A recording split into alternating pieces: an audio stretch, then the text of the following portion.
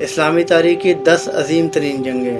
Number 1، جنگ بدر سن 624 میں لڑی گئی حق اور باطل کی فیصلہ کن جنگ، جس میں مسلمانوں کی قیادت حضرت محمد صلی اللہ علیہ وآلہ وسلم کر رہے تھے۔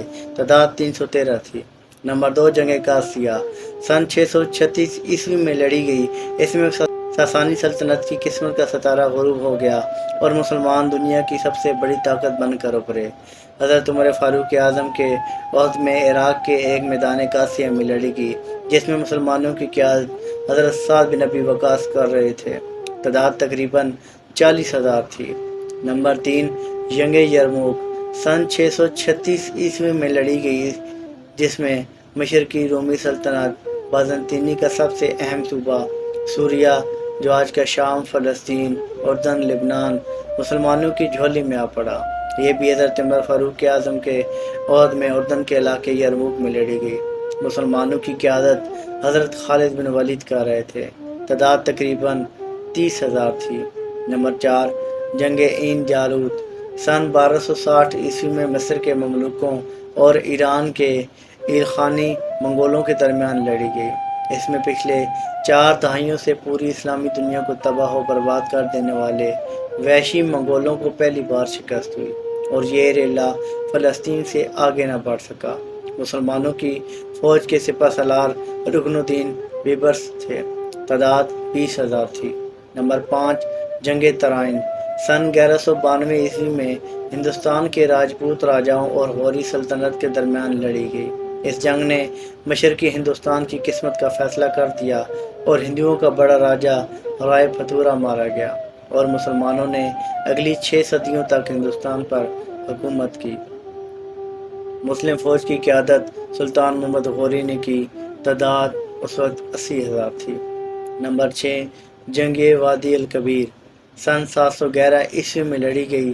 اندلس یعنی اسپانیہ اور پرتگال، جو اس وقت وندال کہلاتا تھا، سے گھات سلطنت کا خاتمہ ہوا اور مسلمانوں نے 8 صدیوں تک وہاں علم و فن کے چراغ روشن کیے، مگر آپس کی نا اتفاقی کی وجہ سے آہستہ آہستہ عیسائیوں نے دوبارہ اس پر قبضہ کر لیا۔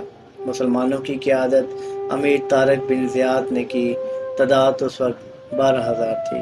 نمبر 7، جنگ ملازجرد سن 1071 میں سلاجقہ اعظام اور مشرقی رومی سلطنت کے درمیان لڑی گئی۔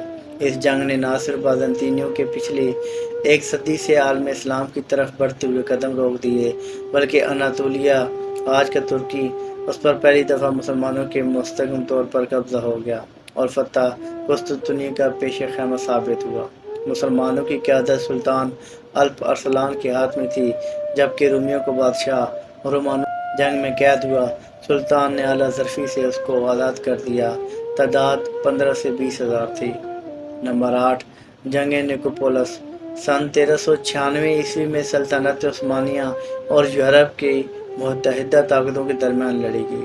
اس جنگ نے مشرقی یورپ کی قسمت کا فیصلہ مسلمانوں کے حق میں کر دیا۔ اس کو آخری صلیبی جنگ بھی کہا جاتا ہے، کیونکہ اس کے بعد یورپ میں مذہب کی بنیاد پر نہیں بلکہ قومیت کی بنیاد پر جنگیں لڑی جانے لگیں۔ عثمانیوں کی قیادت سلطان بایزید یلدرم کے ہاتھ میں تھی اور مسلمانوں کی تعداد اس وقت 20,000 سے زیادہ نہ تھی۔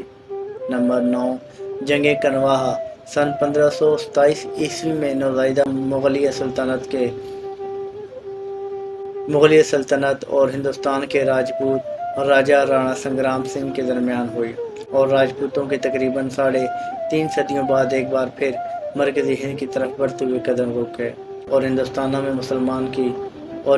میں مسلمانوں کی سلطنت ایک دفعہ پھر استحکام کی راہ پر چل پڑی۔ تیموریوں کی قیادت ظہیر الدین بابر کے ہاتھ میں تھی اور تعداد تقریباً 30,000 تھی۔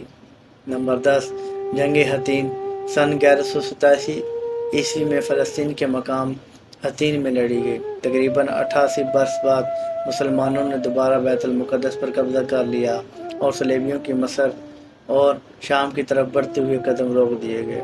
مسلمانوں کی قیادت سلطان صلاح الدین ایوبی نے کی اور اس جنگ میں مسلمانوں کی تعداد 20 سے 25,000 کے درمیان تھی۔